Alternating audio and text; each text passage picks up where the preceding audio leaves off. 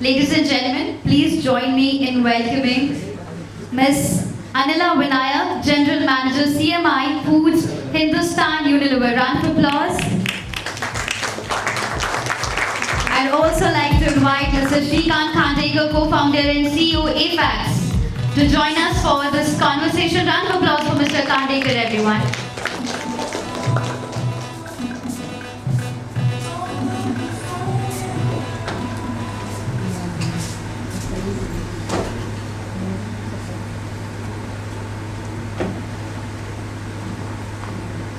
Well, I'm back here. I promise you this is only the second time I'm going to be on stage. So don't be afraid, okay? Yeah, thanks. Thanks, Anila, for being here. You know, I did a LinkedIn post about this conversation. And I mentioned, I really have done lots and lots of moderation and interviews, but I've never ever interviewed a market researcher, you know. So this is totally new to me. So I'm going to start the subject, I think, is it here? Yes, the subject is here. It's rather long, but I think it's a rather intriguing one, you know, data desire. I also like the fact that what's the word for it, two words starting with D. So data desire, that's nice. So my first question, we have only 20 minutes, so I'm going to get started very quickly. So the first one was, what does it take, which is a fundamental one, what does it take to turn data to desire? And when does the magic happen? Absolutely. So, to me, I love data myself. I'm quite a data geek. But of course, the magic happens when you're able to turn it into something a lot deeper and richer. And Sreekant, I feel like there are two critical steps, right? The first step is what we loosely call insight. But that insight also really creates magic when the executors, the marketers, are really able to root it very, very deeply in culture, in their execution, right? And that to me is where the true magic happens. And Harsh's boss Sudhir, I have put his work actually in India on one of our brands in the company, where actually the insight was that monks feel that children develop best when allowed to get dirty, right? So when they can play openly and of course get dirty. But you know, the Indian consumer, you were like really struggling with saying, you know, how do I deal with this? And to root it culturally, actually the work the brand team did was to really say, कुछ अच्छा करने में अगर दाग लगते हैं तो दाग अच्छे हैं, right? And that immediately was a matter of such pride to women and to mothers, right? Because at the time, the values that a mother wanted from her child, of course, she did want her kids to be very successful. But at the same time, she really cherished values of trust, respect, caring, sharing, right? And that's where the tagline came from. And actually, a good 20, 30 years of growth on that brand led by this. Phenomenal insight. I had a kid at that point who used to be dirty because he was a filthy little fellow. So I used to always admire. I used to always say, look for the kid with the dirtiest fingernails. That's our son. So, and the campaign came around that time, so that's fabulous. So you know, also there is just so much data, so much data. How do you sift through it, and how do you separate insight from information? And you have a process for it, or is it an intuitive thing that you know that okay, I think this is it?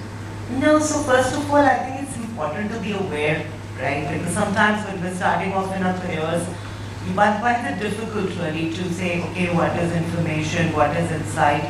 To me, actually, information is also one level up. Actually, you start at fact, right?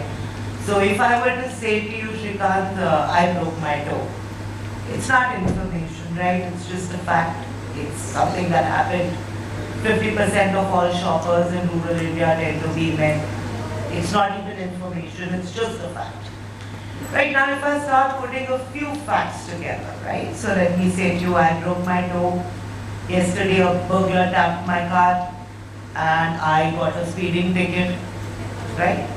Now, I can summarize these three things by saying, oh, bad things have been happening to Anila, right? It's still not even information in my mind. It becomes information when you're able to synthesize and summarize to a little higher elevated position. So for example, Anila has been living dangerously, right? And that's information.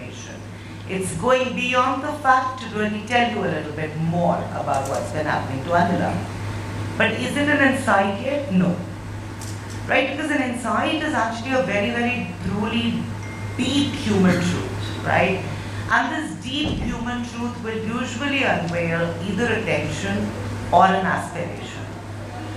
In retrospect, your insight should feel like, yeah, of course, I knew that all along. So if you don't get that aha after hearing a good insight, then it probably isn't a good insight, right? To take my previous example of Anila has been living dangerously. Now add to that, Anila has a really boring job. I don't. But Anila has a really boring job, which is why she compensates by living life riskily. Right now that is getting a little bit into insight territory. But I think the critical thing here is, and I must mention, an insight for insight's sake is of no use. The brand must be able to resolve that insight. So, in a credible manner. So, if you are looking for an insight for whatever you're trying to do, first and foremost, the brand relevance is key. Why do you use the word resolve and brand insight? Why resolve? Did I say that? No? No, maybe I did, but I forget now. Could you share a recent example where, a brand insight that you or your team came up with was turned into a winning moment for the brand? Actually, there are many, honestly. I'll tell you, speak to you about one of my very favorite ones. It's not all that recent, but it is really powerful. And we have a brand of laundry that we sell sells a lot in rural India, as you can expect. And the way we did, advertising on that brand, always we showed a couple that were much in love. The man was played at the time by Salman Khan, and it was really evocative advertising with a lot of romance, flowers in the air, music, people running around trees and the like. And then what we did is we actually did what is called an archetype study, right? An archetype study really, you go to fans of your brand and really understand how the brand resonates with them and why. And what you realize when you spoke to women, even in a rural Uttar Pradesh, was that actually her expectation from her partner was no longer one of being romanced. She had moved on, she had evolved, and she wanted actually now her partner to really help her in that evolution, to be a true partner and not just a romantic partner, quote unquote. And that, in fact, changed the entire trajectory of the brand. And I feel that, when you have these powerful insights, they give you decades of growth. And that's what's happened on this brand as well. I think we've been on the journey already for 8 to 10 years. So did you name the brand or did I miss that? It's been... Okay, good. So, when we talk of insights, there's a natural assumption there's that one big insight and that led to something. Or could it be that a series of, let's say, sharper, smaller insights also lead to something big? Actually, to me, there's role for both. There's role for both. Usually when you look at things like brand purposes and brand communication ideas, then they tend to be a little bit larger. Smaller insights are very useful on an everyday activation level. So, what is my next thing on social media going to be? Very nice if you have some insights there driving it. So I think there is role for both, and marketers must learn to assess, right, which they do. So the smaller ones would be typically what kind? So the smaller ones, for example, again let me quote from Neil, and again it's an older example, but for example, when we were doing consumer work with our target group in rural India, rural North India in particular, you realize that a lot of the men actually left to get work in the urban centers, and because of cost of living pressures, etc., they had to leave their wives behind. And at the time, actually, talk time was in that tree. So there was loneliness, the couple missed each other, and what you did was offer talk time, right? And that is one of the most successful promotions. And I remember that a lot of things were discussed. You discussed whether you should give grammage free, you should give the price off. But actually we decided to give free talk time, which really did well, because that meant uninterrupted time with your husband or your wife that you could speak to. How did you work that out? Free talk time, how? I think it was done through a partnership. Okay. But yeah, that's sense. One of the things is to trawl through maybe information, to look around you and find those single quotes, those insights. Now, in a place like Unilever, how does this work? You and your team come across something. How does it actually get translated into something? How do you deal with the possibility, and it was between every company, nothing to do with Unilever, that there's this great thing which you feel very enthused about, but actually nothing, it just lies somewhere on the shelf. How do you deal with that?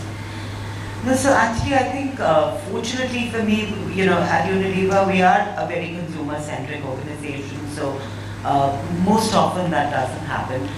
But my mantra to my team always is, look, spend 20% of your time doing the work, spend another 30% of your time aligning that work with your stakeholders, and spend the last bit on following up. Right? And I feel one of the things that helps a lot is early alignments with the cross-functional teams. So you're not working in a silo, but you're working along with your cross-functional team, and I think that helps build a lot of buy-in from early stages. So honestly, it's rare that you run into any contention. So looking beyond Unilever, you've been involved with the Market Research Society of India. But is this something that commonly happens?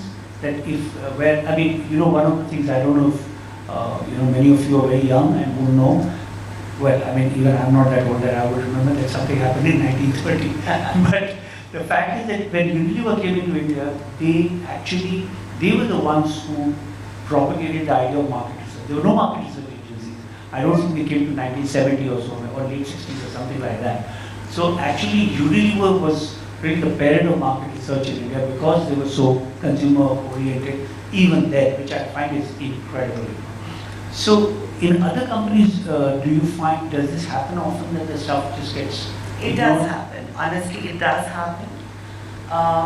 I think the caution that we as market researchers have to take is to really, there is no point in doing the work if it's not going to be used. And I think that is the consciousness that a good CMI person should be able to bring in.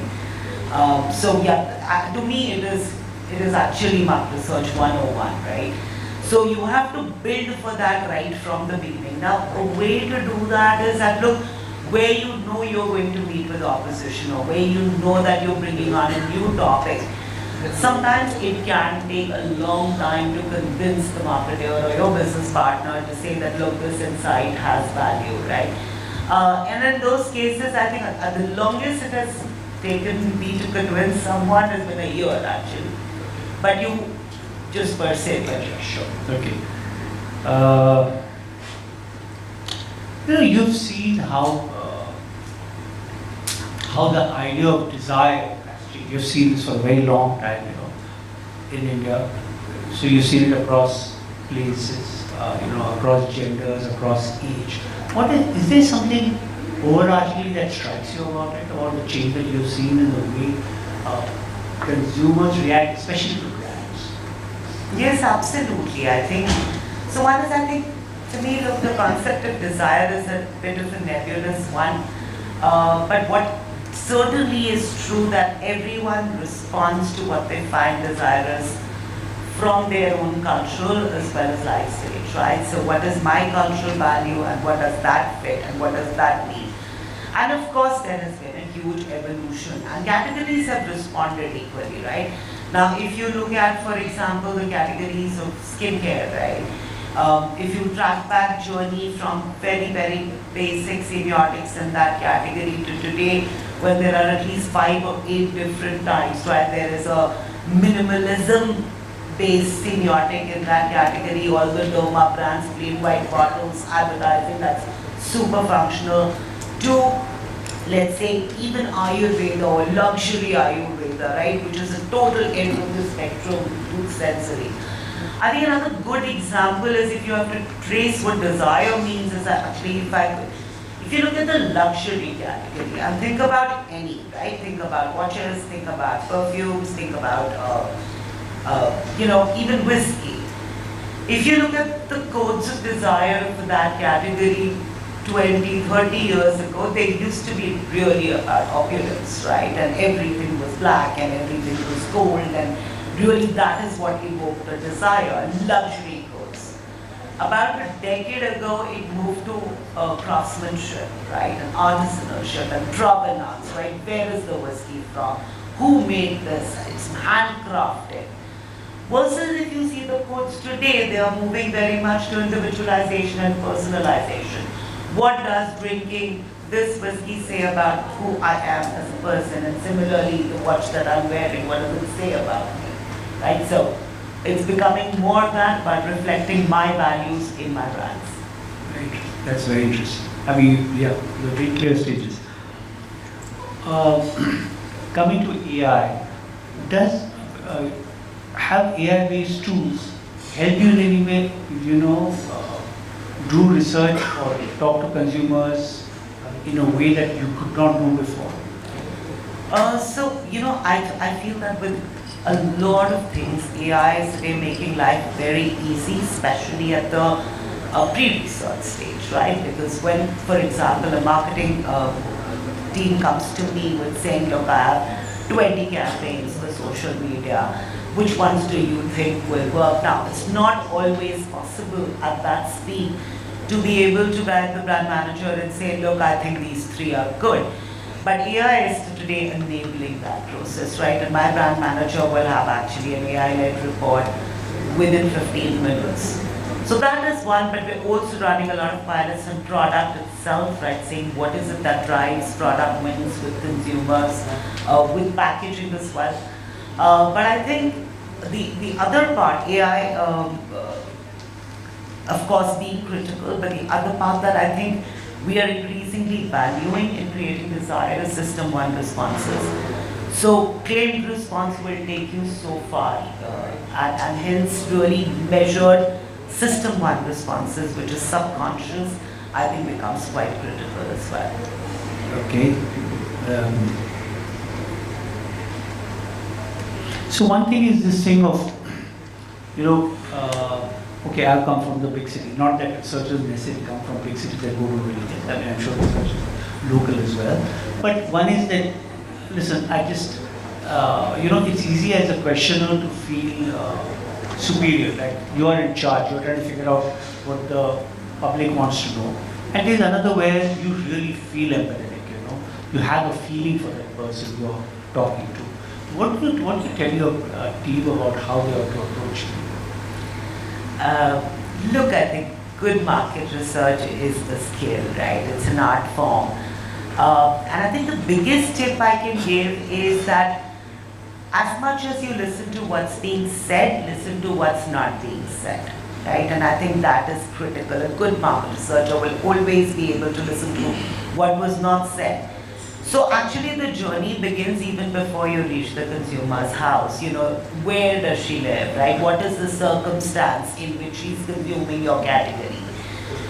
So for example, when I see, let's say, a jar of corn sitting in a lower LSM house, but sitting high up, it tells me how precious that product is to her. Similarly, the environment in which the clothes are washed will tell you about the kind of laundry powder that will be effective or not effective. So the environment is critical. I think the second thing is words that anybody says is only 7% of communication, right? 55% of communication is actually body language and the rest is tonality. So what is the skill that we have as researchers to actually pick up those cues of communication and not just be listening to what is said? That's very, very, very interesting.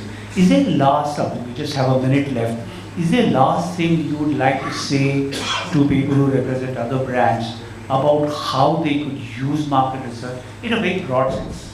I mean, is there something you find that, I wish they'd done this? It's pretty evident, why not? Yeah, I just actually have to say one thing, whether you use formal market research or not is entirely up to you and how big your business problem is.